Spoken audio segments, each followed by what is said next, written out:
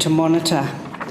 While we recognise the increased costs of the full implementation and restrictions imposed by the NLIS scheme to our agricultural industries and the issues around data privacy, the Canberra Liberals support this bill for biosecurity management reasons. Mr Rattenbury.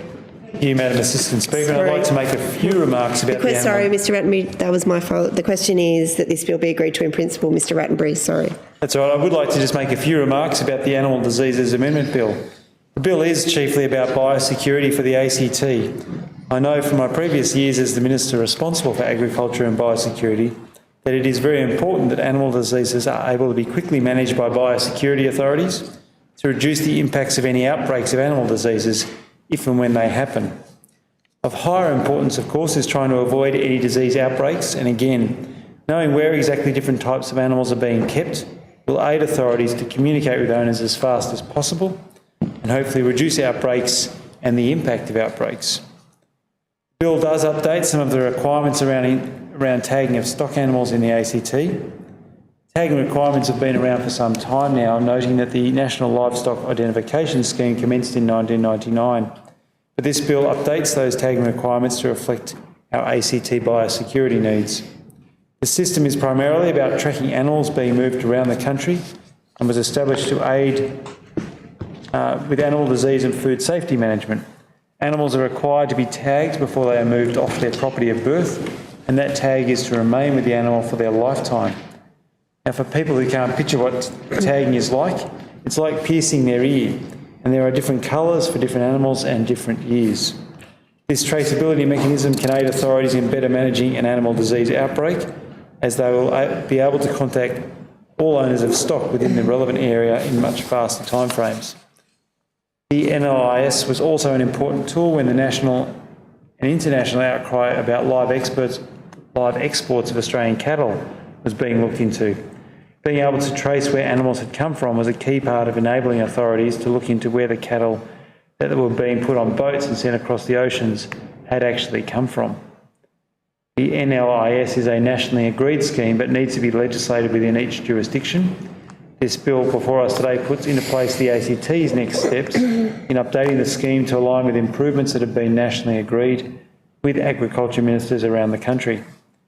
When it was introduced in 1999, it was only for cattle, but in 2009 it was expanded to also include sheep and goats.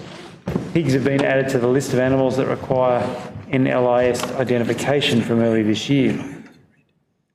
The bill creates the requirement for livestock owners in the ACT to obtain a property identification code, or PIC, which can be obtained through our Chief Veterinary Officer.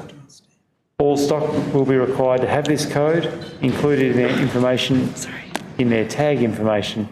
Now, the definition of livestock for the purposes of this bill is quite broad. Not only does it include cattle, sheep, goats and pigs as per the existing NLIS requirements, but also camelids, equine family members, as well as large and small poultry. To be clear, camelids includes not only the obvious camels and also alpacas and llamas, but this bill excludes vicuñas and guanacos. It also includes equine family members, not just horses, but also donkeys, asses, mules and zebras. What's wrong with vicuñas? And large poultry, if you're wondering, includes emus and ostriches. Any operators of abattoirs, sale yards and stock events in the ACT must also obtain a property identification code. The creation of a property identification code will also mean that it will be important to report any stock movements, as otherwise the property code will not match the information behind the tag on each animal. Stock movements will therefore need to be tracked, and this is also reflected in the next bill we are going to debate today, the Stock Amendment Bill. There are some stock movement exemptions within the bill, such as carcasses being moved to the zoo, and there are also provisions that allow for emergency movements such as in floods or fires, which must be sought from or reported to the Chief Veterinary Officer. Similarly, it is extremely important in order to keep the scheme workable for all sales or transactions of animals to be reflected in their tags and for any identifying information to reflect the most current and correct information. There are a range of provisions in this bill that create penalties for the various situations that might arise if this information is not kept up to date. The bill requires the relevant Director-General to keep a register of all stock and this, of course, must be kept up to date. And so, having said all of that, this is clearly a very important updating the legislation for this sector in our community, and the Greens will be supporting this bill today. The question is that the bill be agreed to in principle. Mr Gentleman. Thank you, Madam Deputy Speaker, and I thank members for their contribution to today's debate on the bill. I'm pleased to talk about the Animal Diseases Amendment Bill 2018. The bill makes a number of amendments to the Animal Diseases Act 2005. These amendments extend implementation in the Act of the National Livestock Identification System, known as the NLIS, for the identification and traceability of livestock. Madam Deputy Speaker, I wish to explain the importance of the NLIS for biosecurity and how it impacts on the rural sector in the ACT and the limitations in our current legislation.